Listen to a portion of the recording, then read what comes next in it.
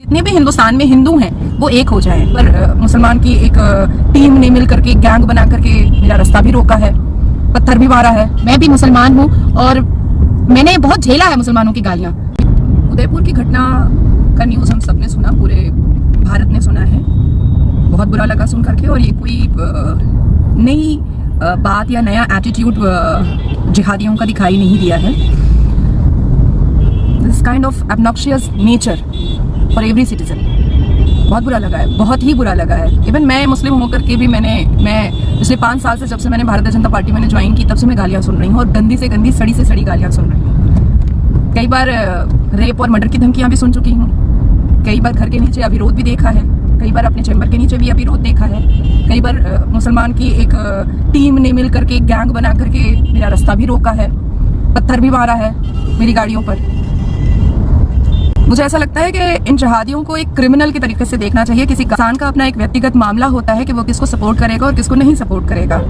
नुपुर शर्मा ने जो भी कहा था, सेम वैसा ही स्टेटमेंट जाकिर नायक और मौलाना रब्बानी ने भी दिया था। आज मौलाना रब्बानी के लिए या जाकिर नायक के लिए कोई भी बात क्यों नहीं उठ रही है? मैं बार बार इसी बात को दोहरा रही हूँ, और मैं बार बार एक ही बात कह रही हूँ। नायक और मौलाना रब्बानी की बात को क्यों इग्नोर किया जा रहा है बार बार?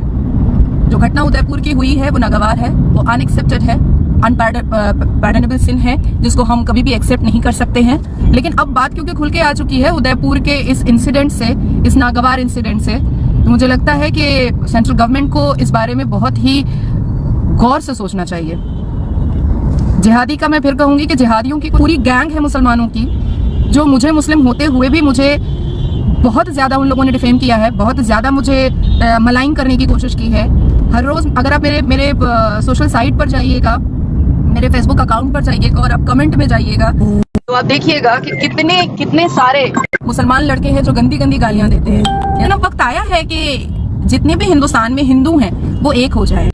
जितने भी हिंदुस्तान में जो हिंदू धर्म एक दूसरे से अलग है, कहीं ना कहीं वो ये सोचते हैं कि कोई ब्राह्मण है तो कोई चमार है, कोई एससी है, कोई एसटी है, कोई ओबीसी है, ये इसमें ना जाके, कोई दलित है, कोई तेली है, इसमें ना जा करके आप एक आवाज में खड़े होइए, आप एक आवाज में कहे कि हम सब हिंदू हैं। और आज माइनॉरिटी में मुस्लिम होकर के इतनी आसानी से गला काट दे रहा है ये कहने पर कि वो किसी एक महिला को सपोर्ट कर रहा है। भाई कोई किसी को कभी भी सपोर्ट कर सकता है, इसमें कोई किसी को ऑब्जेक्शन नहीं कर सकता है। कानून ने बहुत सारे तरीके बताए हैं कि अगर कोई आपको, आपके कास्ट या क्रीड को कोई अगर डिफेम करता है या आपको वो बात पसंद नहीं आ रही है, तो आप कानून का दरवाजा खटखटाइए। ये पब्लिक प्रॉपर्टी को तोड़ना, ये घिराव करना, ये मिचल मीटिंग निकालना, ये ट्रेन जला देना, ये सारी चीजें तो ना ही रिलीजियस बुक ने सिखाया है, और ना ही संविधान की किताब ने सिखाया है, ना ही कानून ने सिखाया है, और ना ही माँ बाप ने सिखाया है, और जिस स्कूल से पढ़कर आ रहे हैं उस स्कूल के टीचर ने सिखाया है। तो ये कौन सी चीज है? ये किसने सिखाया आप लोगों को? ये कहाँ से आते हैं ये लोग? मुझे लगता है कि ये जितने भी इस तरीके के क्रिमिनल माइंडेड लोग हैं, इनकी एक लिस्ट बनानी चाहिए सोशल मीडिया से चेक कर करके कि जितने भी हाई प्रोफाइल लोग हैं उनको कितने मुसलमान गाली दे रहे हैं, जितने भी जो लोग पब्लिक फेस है उनको कितने मुस्लिम गालियों से नवाजते हैं और कितने मुसलमान धमकी देते हैं। अगर ऐसे लोगों की लिस्ट सेंट्रल गवर्नमेंट बना देता है तो कहीं ना कहीं ऐसे क्रिमिनल माइंडेड लोगों को पकड़ने में बहुत आराम होगा। और हर वो लोग जो सोशल मीडिया को एक रास्ता बनाए हैं दूसरों की जिंदगी को हेल करने के लिए, दूसरों की जिंदगी में इंटरफेयर करने के लिए, ऐसे लोगों की एक अलग भी लिस्ट बनाई जाए और उसके ऊपर भी कार्रवाई की जाए। तब कहीं जाकर के वो इंसान जो पब्लिक फेस है, जो पब्लिक फिगर है, जो सोशल एक्टिविस्ट है, जो पॉलिटिशियन है, जो ग्लैमर वर्ल्ड से आता है, जिनको जो पब्लिक के लिए काम करते हैं, जिन्होंने अपनी जिंदगी पब्लिक के लिए निछावर की है, उनको एटलीस्ट मेंटली हैरेस नहीं होना पड़ेगा। आज हम लोग अगर किसी को डोनेट भी करते हैं, कुछ डोनेशन भी देते हैं, तो 10 लोग गालियों में लिख करके देते हैं कि इसके हाथ का मतलब ये बीजेपी से है। भाई साहब, जो ले रहा है वो बेचारा भूखा मर रहा है, मैं नहीं देती हूँ, तुम दे दो जाकर के, पर ये तो होगा नहीं। लेकिन बहुत सारी इस्लामिक चीजें ऐसे सिखाता है जैसे लगता है हमने तो कुरान पढ़ा नहीं है। तो डेफिनेटली मैं इस बात से डिसएग्री नहीं करूंगी। मैं मानूंगी कि हमारी मुस्लिम कम्युनिटी में जो मर्दों की मेंटालिटी है, और जो कुछ मर्द अपने आप को समाज का ठेका बना करके रखे हुए हैं, ठेकेदार बन के रखे हुए हैं, कुछ मुस्लिम मर्द अपने आप को सोचते हैं कि सिर्फ इस्लाम वही समझते हैं, इसके अलावा कोई नहीं समझता है।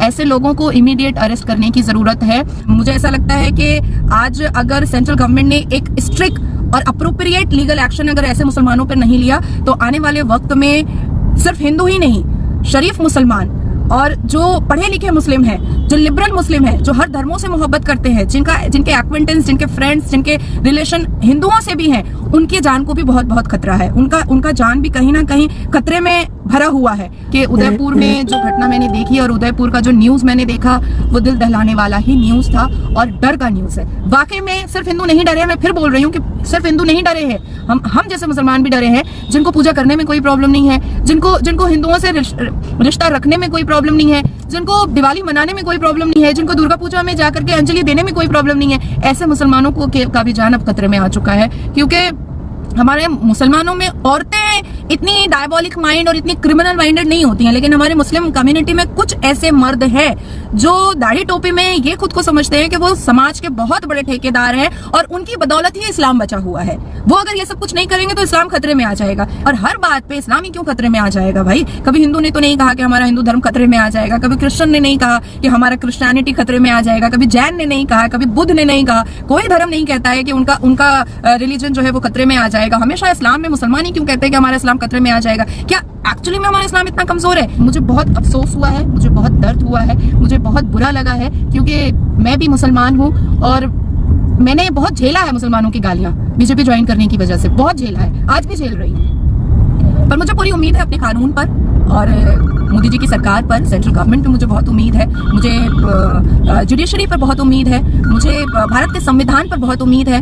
मैं बहुत बिलीव करती हूँ जुडिशरी सिस्टम पर और मैं आप लोग तमाम लोगों से कहूंगी कि इस बात पर कोई भी रिएक्शन ना दे करके, क्योंकि देखिए मुसलमानों में जब मर्द अपनी बीवी को नहीं इज्जत दे पाता है, अपनी बीवी को 3 तलाक दे करके बाहर निकाल देता है घर से, अपने बच्चों को जिंदा रहते हुए भी अनाथ कर देता है, तो ऐसे मुसलमान मर्द से आप कैसे सोच लेते हैं कि वो दूसरे धर्मों की औरतों को या अपने या दूसरे धर्म को बहुत रिस्पेक्ट दे पाएंगे जो अपने धर्म की औरत को रिस्पेक्ट नहीं दे पाते हैं? तो मुझे लगता है कि पेशेंस बहुत बड़ी चीज है और कानून पर पूरा भरोसा करना चाहिए, पूरा का पूरा भरोसा कानून पे करना चाहिए।